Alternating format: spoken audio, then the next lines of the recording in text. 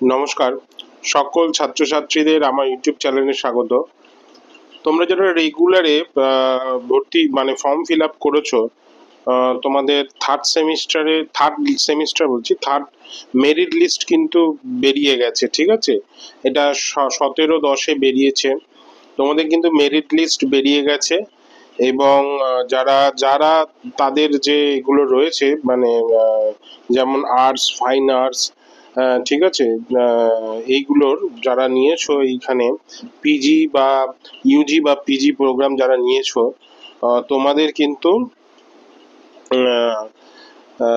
Third list বেরিয়েছে এবং third list অনুযায়ী তোমাদের এই 30/10 পর্যন্ত কিন্তু তোমাদের অ্যাডমিশন হবে। যারা যারা অ্যাডমিশন নিতে চাও তারা কিন্তু তোমাদের ডকুমেন্টস নিয়ে তোমরা কিন্তু এতে চলে যাও, ইউনিভার্সিটিতে চলে যাও। কি কি লাগছে দেখো। Following the list the supporting document original with self attested photocopy, অর্থাৎ জেরক্স করে নিয়ে যাবে। কি কি জেরক্স করে নিয়ে যাবে তোমাদের কি বলছে, ডেলি ফিল ডাউনলোড অ্যাপ্লিকেশন, যে অ্যাপ্লিকেশন ফর্মটা ডাউনলোড করেছো সেটা নিয়ে যাবে। ডেট অফ বার্থ যে সার্টিফিকেট আছে সেটা নিয়ে যাবে। সেকেন্ডারি মানে মাধ্যমিকের যে সার্টিফিকেট মার্কশিটটা আছে সেটা নিয়ে যাবে।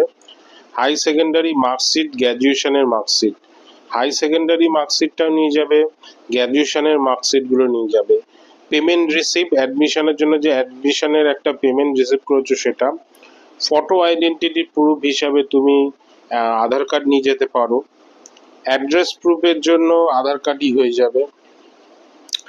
আচ্ছা, ক্যান্সেলেশন সার্টিফিকেট ইট অ্যাডমিটেন্স, যে ক্যান্সেল করতে চাইছো বা কোথা থেকে যদি ক্যান্সেল করিয়ে নিয়ে এসছো, মানে তুমি ধরো অন্য ইউনিভার্সিটিতে ভর্তি হয়েছিলে এবং সেই ইউনিভার্সিটি ছেড়ে দিয়েছো, তো তার একটা ক্যান্সেল সার্টিফিকেট হয়, সেটা কিন্তু অবশ্যই নিয়ে যাবে যখন এতে যাবে। তুমি ধরো অন্য কোনো ইউনিভার্সিটিতে অলরেডি ভর্তি হয়ে গেছো, কিন্তু তোমার আবার রবীন্দ্র ভারতীতেও তোমার নাম উঠেছে, তুমি চাও রবীন্দ্র ভারতী থেকেই পড়তে, তাহলে তোমাকে আগে যে ইউনিভার্সিটিতে তুমি ভর্তি হয়েছো সেখান থেকে একটা ক্যান্সেলেশন সার্টিফিকেট তোমাকে নিয়ে আসতে হবে, সেটা কিন্তু নিয়ে আসবে, ঠিক আছে? কাস্ট সার্টিফিকেট যদি থাকে সেটা নিয়ে আসবে। কারেন্ট ইনকাম সার্টিফিকেট মাদার যার হোক তোমাদের গার্ডিয়ানসের, সেটা নিয়ে আসবে ইফ অ্যাপ্লিকেবল, ঠিক আছে? পিডি সার্টিফিকেট অবশ্যই লাগবে যারা ফিজিক্যাল হ্যান্ডিক্যাপ রয়েছে তাদের। তো এই ডকুমেন্টসগুলো তোমাদের লাগবে। ডকুমেন্টসগুলো নিয়ে যাদের নাম উঠেছে তারা কিন্তু ইউনিভার্সিটিতে চলে যাও।